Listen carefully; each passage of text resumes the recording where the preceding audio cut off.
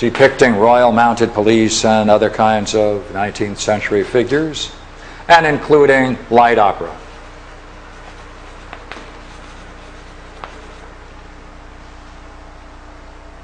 Now, what are the conditions we have? The child enters into this open and receptive, looking forward to sharing an intimacy with the mother. The father isn't around, the other children aren't around. They are together, they're enjoying this.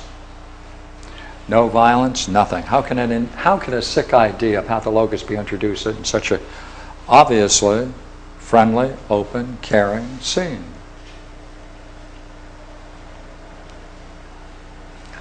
Now, if the mother now shares confidences, shares confidences, uses this opportunity to express what she really thinks about the nature of reality, about her world and her daughter's world, then being open and receptive and warm and everything created for a mutuality. And then the mother turns to the child when it's over and says, you know what? They never make films like that anymore.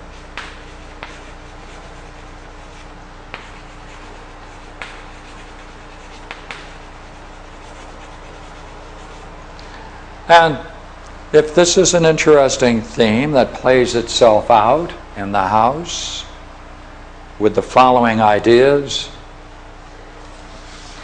All right, let me give some themes that were created from other scenes. Themes such as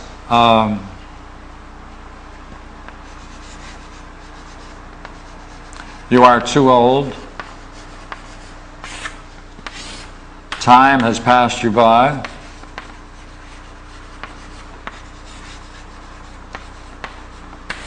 The golden ages are past.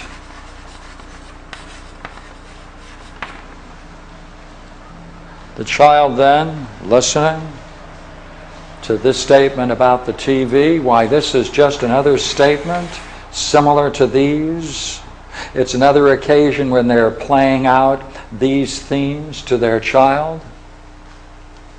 Now the child has to listen to the mother and has to believe her. Has to believe her. Because the mother at this point appears to be sincere,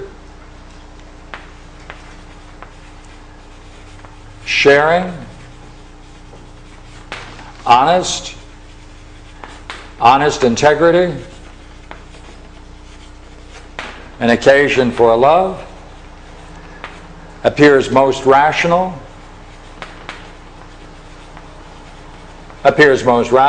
most knowing.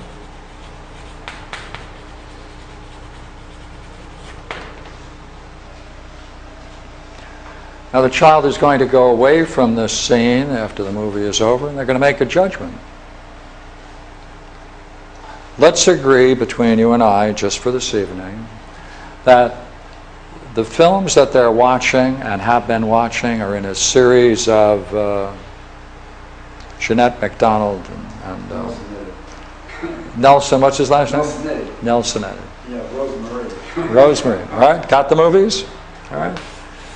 Shall I assume that we all know those, and we can go a step further, and you can also make a nice critical judgment about the kind of art that's being displayed in these movies, as compared with contemporary artists, and you can pick them all the way from Sutherland to Pavarotti or anyone else if you're liking. And now take a look at what the mother has said. The mother says, they never make films like that anymore.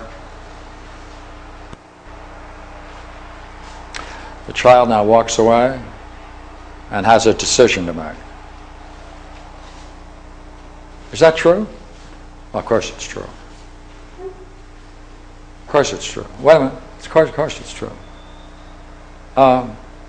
That means then that my mother saw them when they were new. She was caught up in the excitement of it when they first came out. I was born too late.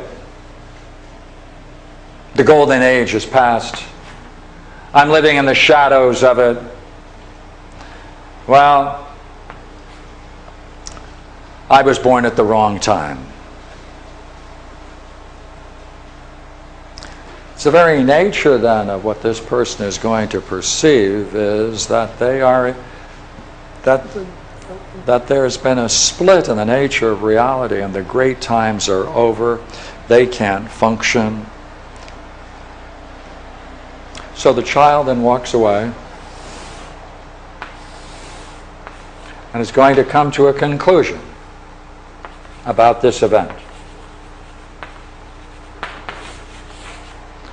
Now, it's not the kind of a conclusion that is put into words. It's kind of a feeling conclusion. It's about an attitude. It's about a sense about the nature of reality. It's never discussed again. This is never discussed with Mother. Hey, Mother, as an example, Mom, they made a lot of films since those films back there in the 30s, 40s. Are you sure that there aren't any that are equal to it, that didn't have greater artistic merit?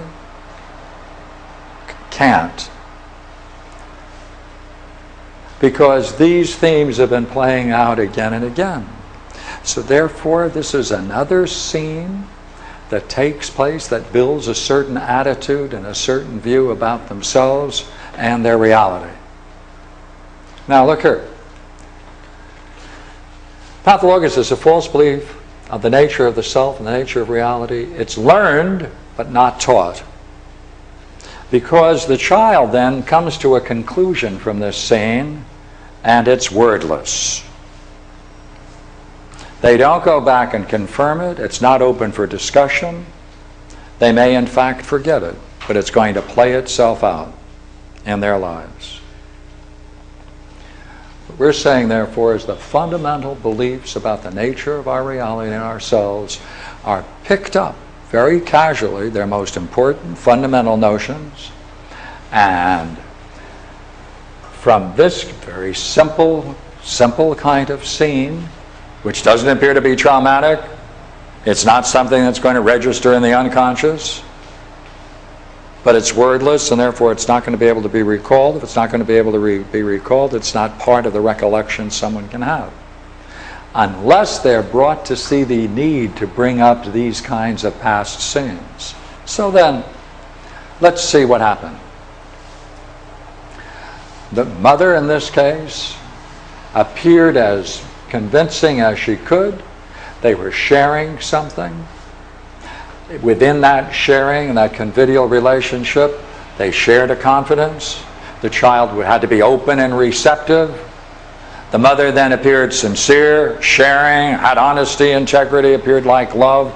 And if this is the time they're most rational, appear like they're most knowing, to the degree that these things, to the degree that these most important things are only connected with these kinds of events, if they're only connected to these kind of events, that child is going to then pick up these attitudes. They're going to form fundamental beliefs about themselves and the nature of their reality. Well, so what? So this. See if we can go the next step.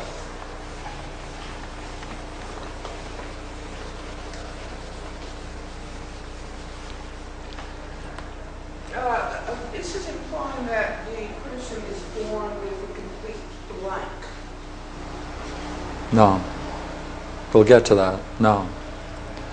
It looks like a child is actually born with an amazing attraction for those very things: integrity, truth, sense of fairness, openness. That's what they're born with.